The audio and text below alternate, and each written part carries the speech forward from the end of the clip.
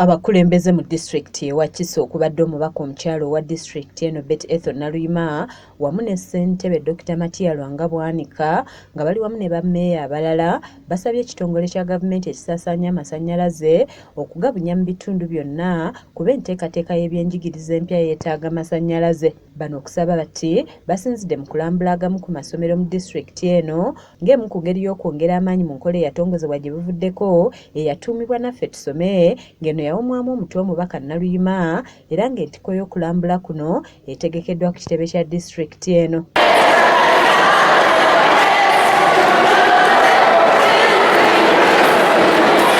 Abakulembeze bano bagamba nti ennambika y'ebyensoma empya yeetaaga abayizi okunoonyereza ennyo nga bakozesa ebyuma bikalimagezi wamu n'amasimu agaseereza naye ng'amasomero mangi tegalina masannyalaze na zikompyuta abaana bye balina kukozesa. Nga tukyalina ebitundu ebitalina yadde amasannyalaze naye ng'ate amasomero gye gali. Nga kayitulamu eno wawo w'osanga ng'emirundi egisinga erina okuba ng'ekozesebwa ebyuma bikalimagezi naye ng'ebitundu ebyo n'ekisookerwako eky'amasannyalaze tebirina bakola ki bifuna wakyetaagisaawo amaanyi ag'enjawulo.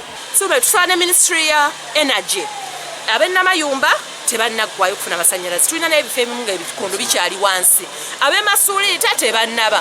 Bannange tubasaba mu kalikulamu eno empya wakiri musala amagezi gonna agasoboka mulabe nga amasannyalaze g'omu Wakiso gatuuka. Nakabugo Janet Sali okuva mu kitongole ky'ebyenjigiriza ku lwakulira ebyenjigiriza mu district eno alambuludde ku nnambika y'ebyensoma empya nga bw'etambula gy'agamba nti yakuyamba abaana okuba nga bayiiya. We are having lessons up to 3 and then the rest of the time is for projects. Wabula ono alaze okutya nti wadde ng'olusoma lw'omwaka guno olusooka lwatandika dda abazadde bangi bakyagaanye okuzza abaana ku masomero newankubadde nga n'aga gavumenti weegali. District tulina ennyiike nti abaana bangi abakyali mu byalo nga tebannabagenda ku ssomero so ng'ate olusoma lwatandika nga 6 omwezi ogwokubiri omwaka guno 2023. Y'omubaka Naluyima alambuludde ku nteekateeka eno eya naffe tusome wezzeeyambamu abantu mu district eno ng'abaana bangi bazze ku masomero ne basoma abaali tebasoma. Okuba twagitandika buli bantu batulengera bati mu uniform bambi beegomba.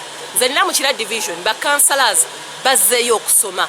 Nina omwana wange Matugoomu mwana muto yajjambya politics naye ennaku ezo yandaze results nga yagenze n'akola P7. Nina n'abalala bangi bawerako.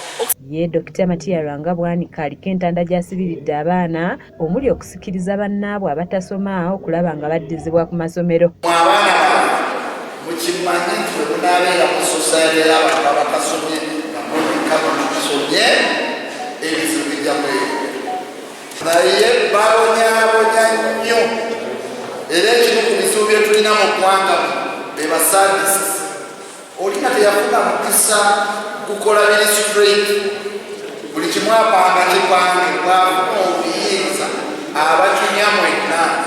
Ate ye Reverend Father Benedicto Kaweesa agamba nti kikulu abakulembeze ab'amaanyi okukyalako mu masomero ne boogerako n'abayizi kuba kino kibawo okwegomba nabo ne balafuubana okutuukako mu bifo ebyo. Ne boogerako n'eri abayizi baffe okubateekamu omutima ogwagala okusoma okubakugiramu ebyo biyinza obbajja mu ssomero. Enkola eno eya naffe tusome yatandikibwa abakulembeze nga yawomwamu omutwe omubaka Naluyima n'ekigendererwa eky'okusikiriza abaana naddala abawala abafunira embuto ku muggalo okudda ku ssomero awatali kutya. Kizza Peter yakusakidde eggulu erino ku lwa KSTV Agaleero.